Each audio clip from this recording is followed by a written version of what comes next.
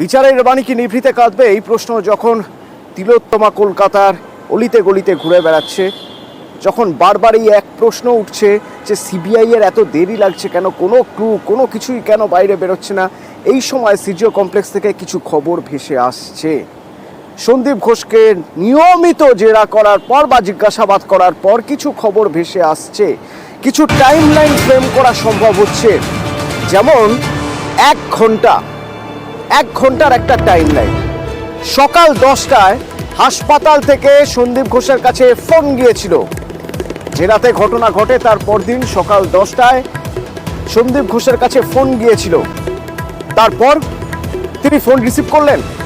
কখন তিনি আবার ফোন করলেন, এই মাঝখানের 1 ঘন্টা, এবং ফোন পাওয়ার পর তিনি কি করলেন, কিছু সূত্র এবার মেলানোর চেষ্টা করছেন তদন্তকারীরা। আমার সঙ্গে অমিত রয়েছেন প্রতিনিধি, সরাসরি। অমিত, কি তথ্য আসছে? আমি যদি সকাল 10টা থেকে শুরু করি, ঘটনার পরের দিন সকাল 10টা হাসপাতাল থেকে ফোন গেল। প্রথমেই তোমার কথা সূত্র ধরে বলবো, এই মুহূর্তে সিবিআই আধিকারিকরা টাইমলাইন ফ্রেম করার চেষ্টা করছে।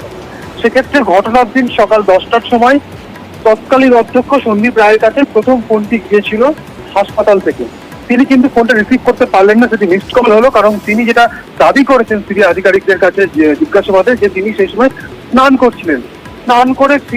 স্নান করে বেরিয়ে তিনি কল ব্যাক করেন, এবং প্রথম কল যিনি করেছিলেন সুমিত রায় তপাদার, এবং তিনি প্রথম জানিয়েছিলেন অধ্যক্ষকে যে এরকম হাসপাতালে একটি ঘটনা ঘটেছে, একটি চিকিৎসক পড়ুয়ার দেহ পাওয়া গিয়েছে, এবং সেটি অস্বাভাবিক মৃত্যু এমন তথ্য কিন্তু উঠে আসছে।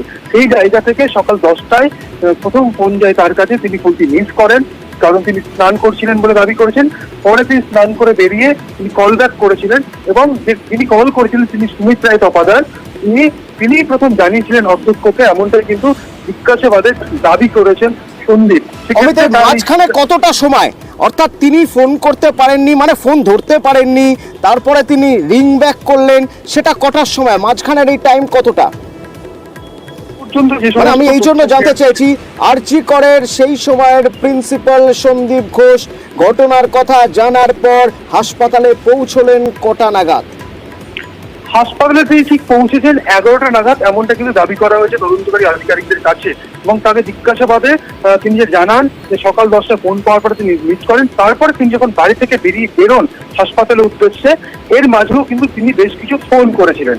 কাদের ফোন করেছিলেন, সিবিআই সূত্র থেকে যেটা জানা যাচ্ছে, সন্দীপ দাবি করেছেন তিনি বাড়ি থেকে বেরিয়ে প্রথম কলটি নাকি করেছিলেন টালা থানার ওসিকে। এবং টালা থানার ওসিকে ফোন তিনি যখন করেন, ততক্ষণে কিন্তু টালা থানার ওসি পুরো বিষয়টি জেনে গিয়েছেন, সেই বিষয়টিও কিন্তু তিনি দাবি করেছেন। এবং তারপরে তিনি টালা থানার ওসিকে বলেন যে পুরো যে প্লেস অফ অফারেন্স, অর্থাৎ যে জায়গাটা ঘটনাটা ঘটছে সেমিনার রুমের জায়গাটা কর্ডন করে দিতে বা সেখানে সুরক্ষা দিতে।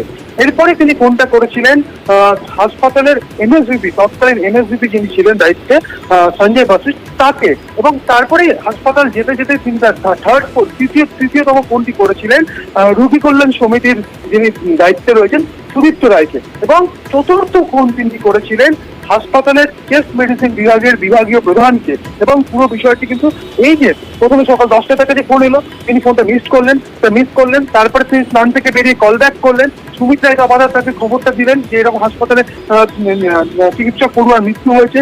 এবং তারপরে তিনি বাড়ি থেকে বেরোলেন। বাড়ি থেকে বেরিয়ে হাসপাতাল যেতে অর্থাৎ তার হচ্ছে বাড়ি বেলেঘাটা সুভাষ সরোবর সংলগ্ন এলাকায়, সেখান থেকে বেরিয়ে আরজি কর যেতে তিনি 4টি ফোন করেছিলেন। এখনো পর্যন্ত তদন্তে জিজ্ঞাসাবাদে তিনি জানিয়েছেন তদন্তকারী আধিকারিকদেরকে এই যে 4টি ফোন। প্রথমে তিনি টালা থানার ওসিকে ফোন করলেন, টালা থানার ওসিকে ফোন করে। এখানে একটা ব্যাপারে আমি একটু শিওর হতে চাইবো যে আরজি করের দায়িত্বে একজন পুলিশ আধিকারিক রয়েছেন, যার কাজ যাকে জানানো উচিত। এবং সুমিত রায় তফাদার যেমন সন্দীপ ঘোষকে জানিয়েছেন, নিশ্চয়ই হয় সুমিত রায় তফাদার জানাবেন, না হলে সন্দীপ ঘোষ তিনিই জানাবেন। এবং জানানোর সঙ্গে সঙ্গে যে প্লেস অফ অকারেন্স বা ক্রাইম সিন, সেই জায়গাটা কর্ডন করে নেওয়া দরকার।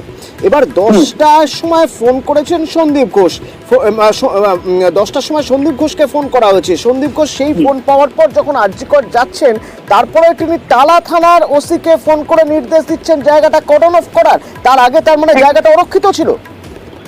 দেখো, এই জায়গাতেই কিন্তু একটা ধোঁয়াশা তৈরি হয়েছে, কারণ পুলিশ সূত্র থেকেও দাবি করা হয়েছিল, যখন কলকাতা পুলিশের হাতে তদন্তভার ছিল, তারা যেটা দাবি করেছিলেন যে সকাল 10টা বেজে 10 মিনিটে প্রথম কলটি আসে হচ্ছে আরজিকর থানার আউটপোস্টে 10টা বেজে 10 মিনিটে ফোন আসতেই গ্রাউন্ড ফ্লোর থেকে, এমার্জেন্সি বিভাগের গ্রাউন্ড ফ্লোরেই হচ্ছে আরজিকরের আউটপোস্ট। সেখান থেকে পুলিশ উপর 4 তলায় যেতে 3 থেকে 4 মিনিট সময় লেগেছে, অর্থাৎ 10টা 15-এর মধ্যে ততক্ষণে কিন্তু ওই প্লেস অফ অকারেন্স কর্ডন করে দেওয়া হয়েছিল, এমনটা কিন্তু পুলিশের তরফে দাবি করা হয়েছে। এবং তার মধ্যে 10টা 10-এ যখন আউটপোস্ট খবর পায়, তার মধ্যে আউটপোস্টে কিন্তু ফোন করে জানিয়ে দেওয়া হয়েছিল টালা থানা ওসিকে। সেক্ষেত্রে টালা থানা ওসি কিন্তু 10টা 10-এর আশেপাশে বিষয়টি জানতে পেরে গেছিলেন।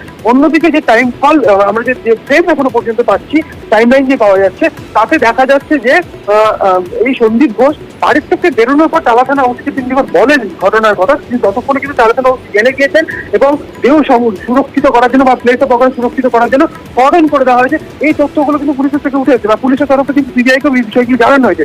এই জায়গাতে বেশ কিছু ধোঁয়াশা রয়েছে যে প্রথম তাহলে দেহকে দেখলো, দেহ দেখার পর সঙ্গে সঙ্গে কেন আউটপোস্টে ফোন করা হলো না বা সঙ্গে সঙ্গে কেন সন্দীপ ঘোষকে জানানো হলো না, এই জায়গাগুলো ধোঁয়াশা রয়েছে। সেক্ষেত্রে সন্দীপ ঘোষের গাড়ির চালককেও জিজ্ঞাসাবাদ করা হয়েছে সিবিআই তরফে, তিনি কখন সন্দীপ ঘোষকে নিয়ে রওনা দিয়েছিলেন, এই বিষয়গুলো কিন্তু সুষ্ঠুভাবে এগিয়ে নিয়ে যেতে গেলে এই ধোঁয়াশার জায়গাগুলোকে স্পষ্ট করতে হবে সিবিআইকে।